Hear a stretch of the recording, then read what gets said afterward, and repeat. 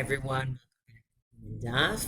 This is Elana Stein Hain. For those of you who are watching this on video, you will notice that I changed my background, and my background looks like wet grass. Had to be, because what we are talking about today is הכשר לטומאה, or probably modern Hebrew you would say הכשרה לטומאה. Right? Basically, the requirement for liquids to come into contact with food in order for the food to be able to be susceptible to tumah, susceptible to ritual impurity.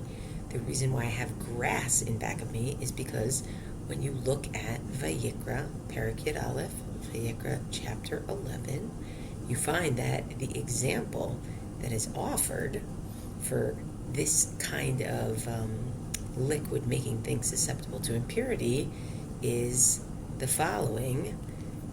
We're talking about the Shmona Shratzim.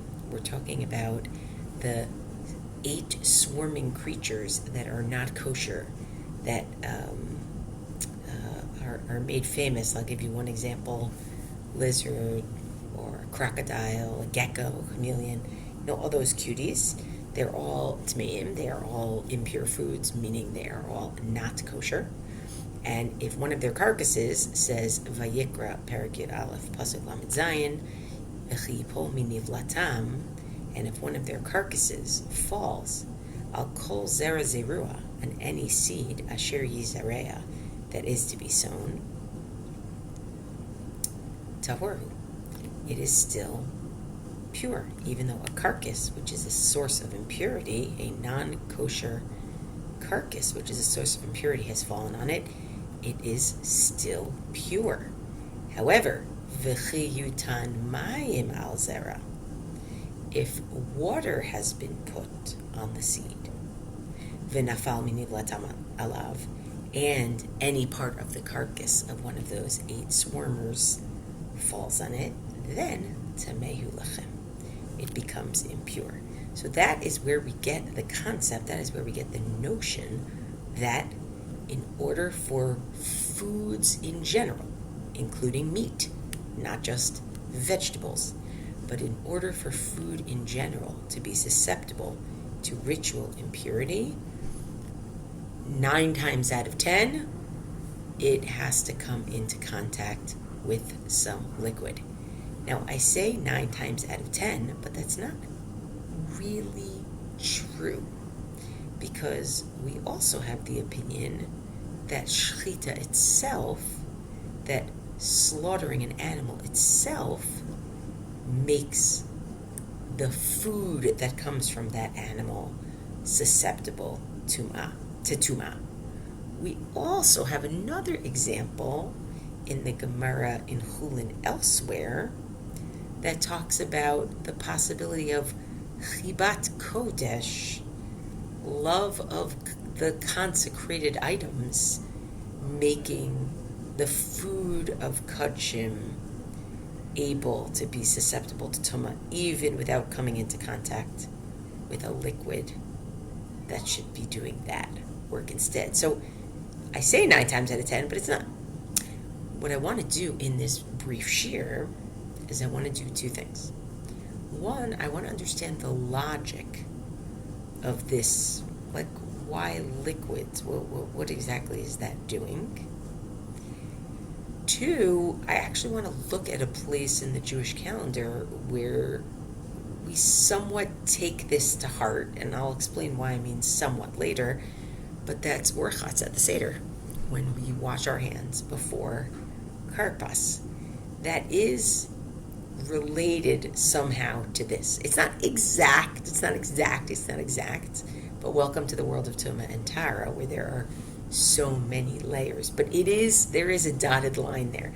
So let's jump into the sources to first try to understand what is the logic behind needing some liquid. And of course, according to Chazal, according to the rabbis, there are actually 7 different liquids that can make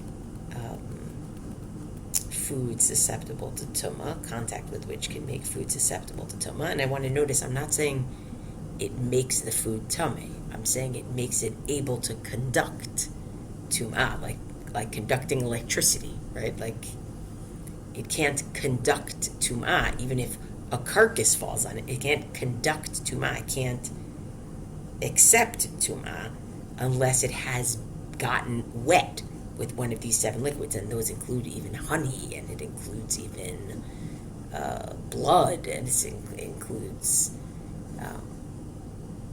oil. So it's very interesting. It doesn't just include water. So there's a lot that's been expanded out since Vayikra Yud Aleph.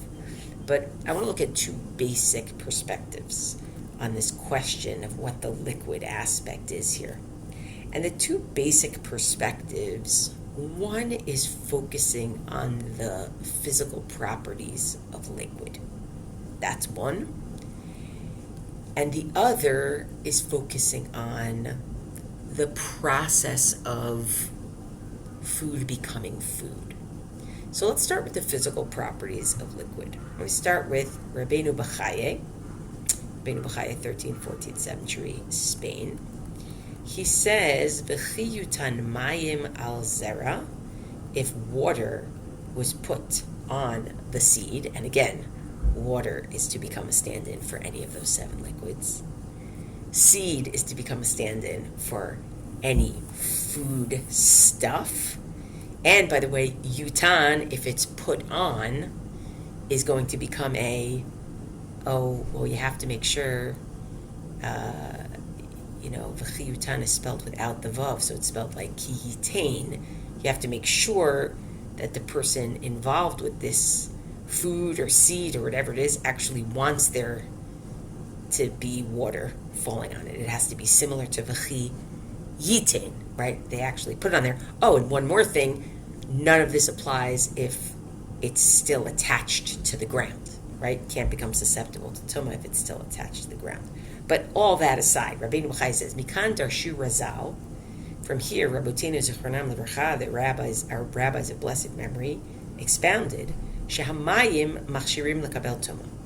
That water, and I'm going to add those other 6 other liquids, end up preparing food to be able to conduct tumah, meaning they make food susceptible to the possibility of tumah. V'kivan shenafal ala perot mayim, and once water, and I'm going to add, or 6 other liquids, fall onto that food, le'olam harei muchsharim lekabel tumah. They are always susceptible to potentially contracting impurity. Afal pi shaperot yiveshin, even though right now they may already be dried. V'tam hadavar, and here's the reason he says, shahalechut, moisture, hu madbik lichluch hatumah. Moisture is something that makes things stick to it, right? It absorbs things. So the sense is why liquids as a hakshara l'tumah, as a hechsher l'tumah, as a preparation to make something susceptible to tumah, because whatever tumah gets near it, it will absorb it. It'll get attached to it.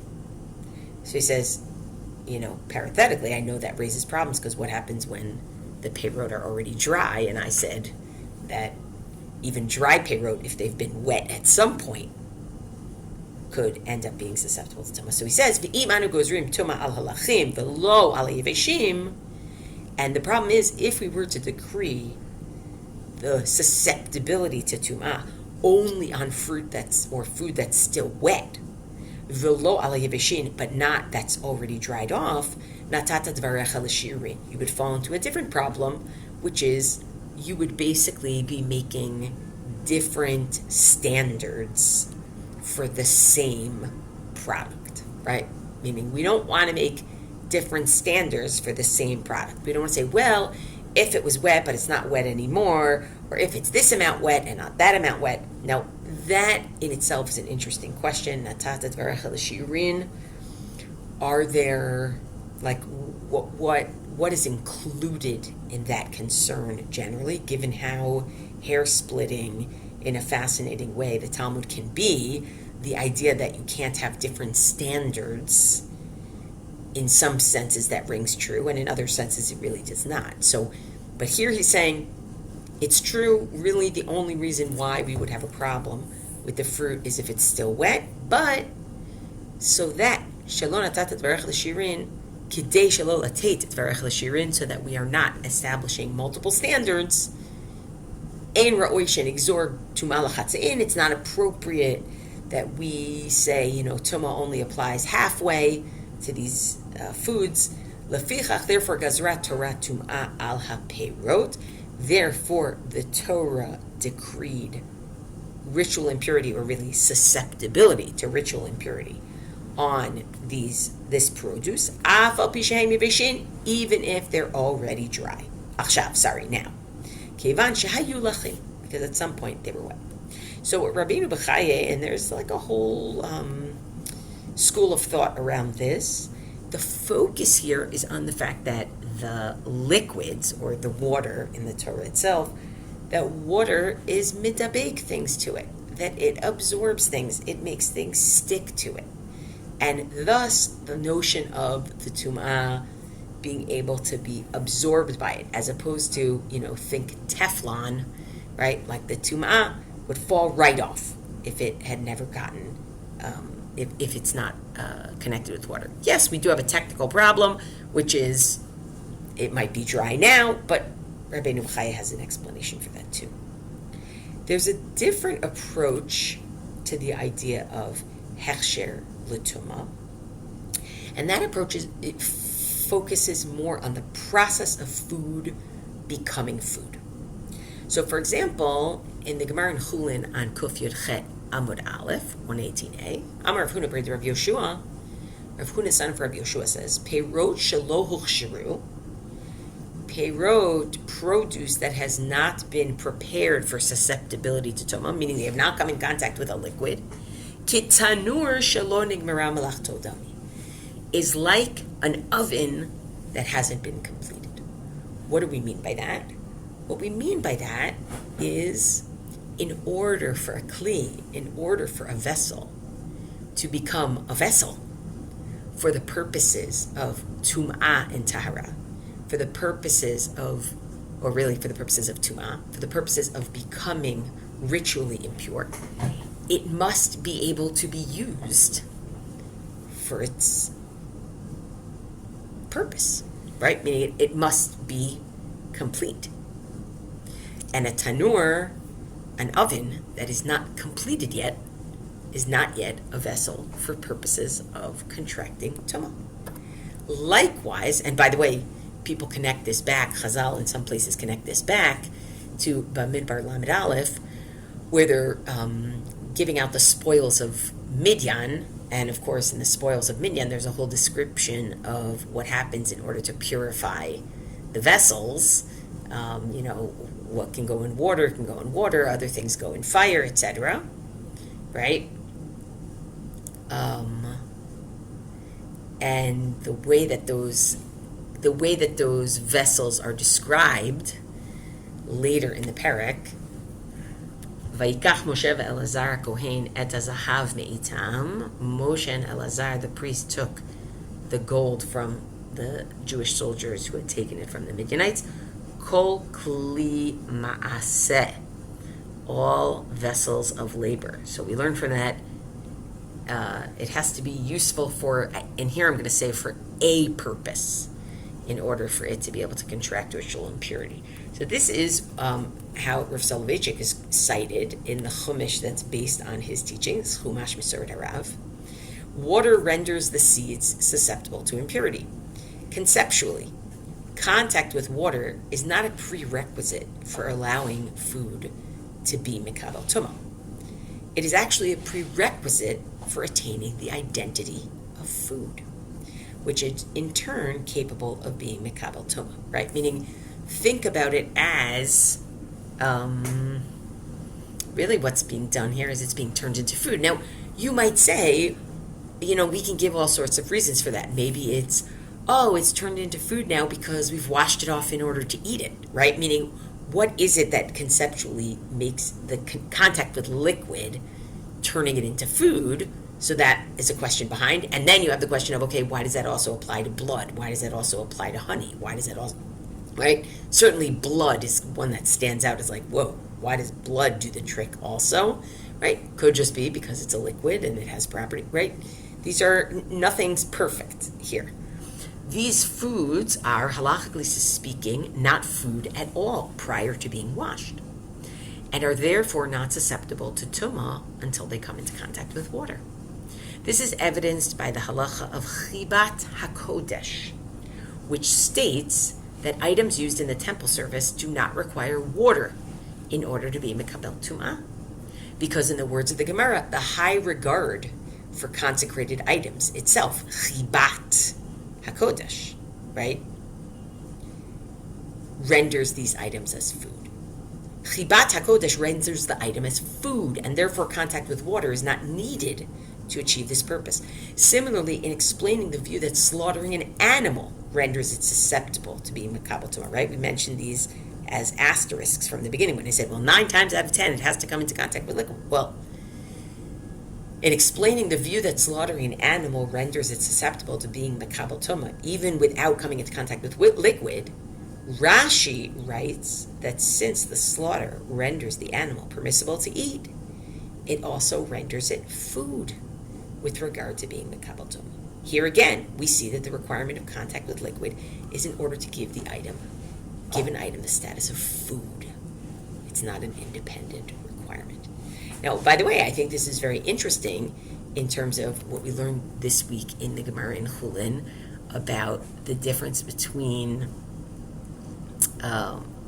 what requires machshava, what requires intent in order to make it clear that it is a food to begin with, and then requires hechsher, I guess, in order to also make it a food to begin with. So if you look in the Rambam, in the Mishnah Torah, Hilchot Tumat Ochlin, the law of impure foods, Gimel, chapter 3, Halakha 3, he says, Yesh Ochlin shetzrichin hechsher ve'enan tzrichin machshava. There's some food that, in order to be susceptible to tumah, requires only hechsher, right? Requires only this, generally speaking, physical act of coming into contact with liquid once it is no longer attached to the ground, and at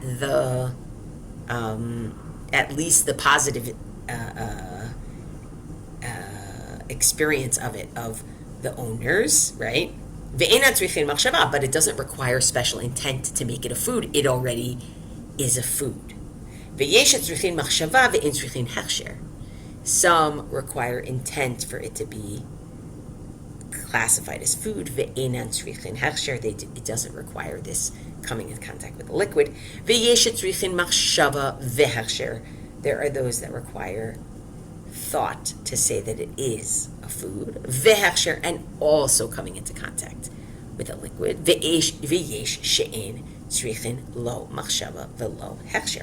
And there are those that do not require either of those things in order to be susceptible to tumah. Now, you can go through this. I put this in the sources if you want to go through it, but I actually want to look at only one of these categories because I think it makes it very, very clear. Okay, you ready? Ve'elu tzrichin machshava ve'hechsher. The following is something that requires both thought that it should be food for people and contact with liquid in order to become susceptible to food impurity, meaning as a food to become susceptible to impurity. Basar haporesh min hachai. Okay? Meat that, gross, but meat that comes off of a living being, okay? And then I'm not even going to, ben min ha'adam, ben min ha'be'ima, ben min ha'of, etc., right? Meaning no matter where the meat comes from. But I want to use this as an example. Right? When you have meat that comes off of an animal that's alive, it's not necessarily by default considered food. Right? Like, It's not necessarily considered food. It would require machshava. It would require actual intention that like humans should eat it, and it would become, let's say sold in the Gentile shuk, right? Sold in a non-Jewish shuk.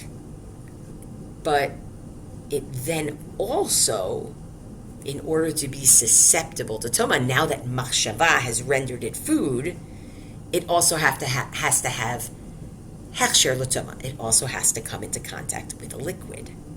Now, is that coming into contact with a liquid because of what Rabbeinu B'chaya says, that it is, that liquid absorbs tumah more, and therefore it makes it easier to absorb tumah, or like think about it like electricity, right? Meaning if there's no current, or if there's no, I'm trying to remember physics. It's not so easy. I'm trying to remember AP physics. Whew. That's been unused for a while. I'm going to go back to that. If there's no circuit, let's put it that way. If there's no circuit, then even if you have a current, it can't run. There's no circuit, right? So the water is like the circuit. There we go. Thank you, Rabbi Kovitz, Alav Shalom, my physics teacher. Right? Or is the hechsher actually like the gemar melacha? It's finishing off the food to physically show that it's food, the way you would finish off a tanur. Right? Just an interesting question to layer in. What I want to do in the last few minutes is I want to look at an example. Yes, it's true. If you look in number 7, you see that there were people even after the fall of the Beit HaMikdash who would try to eat their Chullin. They would eat their mundane meat in a state of ritual purity, which means that they have to pay close attention to all of these food impurity laws. But for us, we don't come into contact with them a lot. I would say washing for bread, which we gave a different shiur on a while back when we were on Chullin Lamed Gimel, right? Washing for bread is one of those places where we come into contact with the discussion about food impurity, and definitely go back and check out that shiur. But I want to give another example, which is urchatz, right? At the seder, we get up after we make kiddush, we go wash, no bracha, for the purpose of eating karpas, right? Very strange. So if you look at Psachim, Kuf Tet Vav Amad Aleph, Psachim 115, Amar Rabbi Elazar, Amar Rabbi Yoshaya, Rabbi Elazar says in the name of Rabbi Yoshaya, Kol Shetibulo B'mashkeh, Tzarich Netilat Yadayim. Any food item that is going to be immersed in a liquid, right, requires washing beforehand. Now, I want us to keep in mind, why? What's so special about a liquid, right? So, some people are thinking that liquid will be able to transfer the impurity to the food. Now, don't get me wrong. Parenthetically, the reason why I say this is related and unrelated to our topic, it's related to our topic because we're talking about liquid and its susceptibility to impurity. It's a little bit unrelated because presumably what we're talking about is produce that has come into contact with water a long time ago, you wouldn't have to wash for, right? And this is a whole machloket, it's a whole discussion if you want to look in the Gemara in Chullin on Daf 33, right? Daf Lamed Gimel. But now it's being dipped in something, and now is when you have to wash for it, right? So it's not exactly the same thing, but I think it's an interesting, when else are we going to explain what is going on with urchatz, okay? So Tosfot in Psachim say, I want to explain to you why you would wash for food that is dipped in water, which of course we only do at the seder. We don't do any other time. Right? It says, V'nir ed seems dinatila dahacha, that this washing, lo mishum kedusha or nikiyut, it's not because of holiness or cleanliness, kimo benahama, like washing for bread. Again, go back to the shiur on washing for bread, and also look at the Gemara in Brachot, Daf Nun Gimel Amud Bet, right? 53b. Ella, rather, what is this washing for? Mishum shelo yitameh hamashkin liyot tchila. Chazal decreed that hands are shniot l'tumah, that hands are secondary tumah releasers. They did that in order to protect truma. Okay, so this way you'd have to wash before truma, and you're going to keep everything separate. Okay. And they also decreed that if you touched a liquid with those shniot hands, with those hands that had not been washed, that if you touched a liquid with them, that liquid becomes a rishon l'tumah. That liquid gets even more severe, and that has to do with other things. It has to do with men's seminal emissions and liquid. We're not going into that right now. Okay? V'hei asur lishtotan.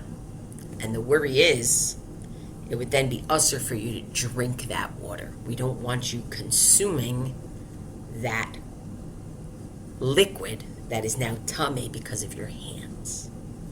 V'lifsol et gufo, and that would invalidate your body. In other words, Tosfot would basically say, let me tell you why this is. Your hands are ritually impure by exera of the rabbis.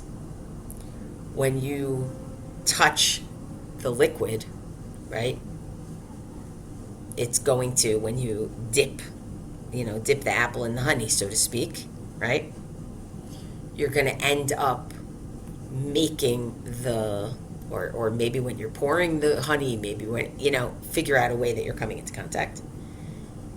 You're going to then ingest the liquid that is tameh, and it is usur for you to do that. And again, gzera derabanan. This whole thing is rabbinic decrees, right? Rabbinic decrees that your hands are tameh. Rabbinic decrees that the liquid would become tameh from your hands.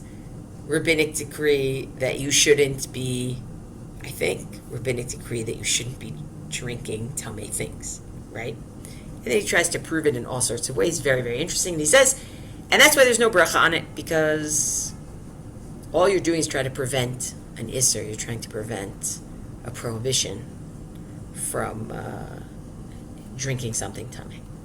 It's not that you're trying to do anything in the affirmative. The Rambam, on the other hand, brings this halakha. And again, we're referring only to urchatz on this because that's when we use this. But the Rambam, on the other hand, brings this halakha in context of washing for bread. Kol ha'ochel hapat shemivarchin alav hamotzi. Anybody who eats bread whose bracha is hamotzi, meaning not like rice bread. Tzarich nitilat yadayim tchila v'sof. You have to wash before and after. V'afal pishu pat Chullin, even though it is mundane bread. V'afal pishu nedav meluch lachot, even though your hands are not dirty. Ve'en yodea lehen tumah, and you don't know that any tumah contacted your hands.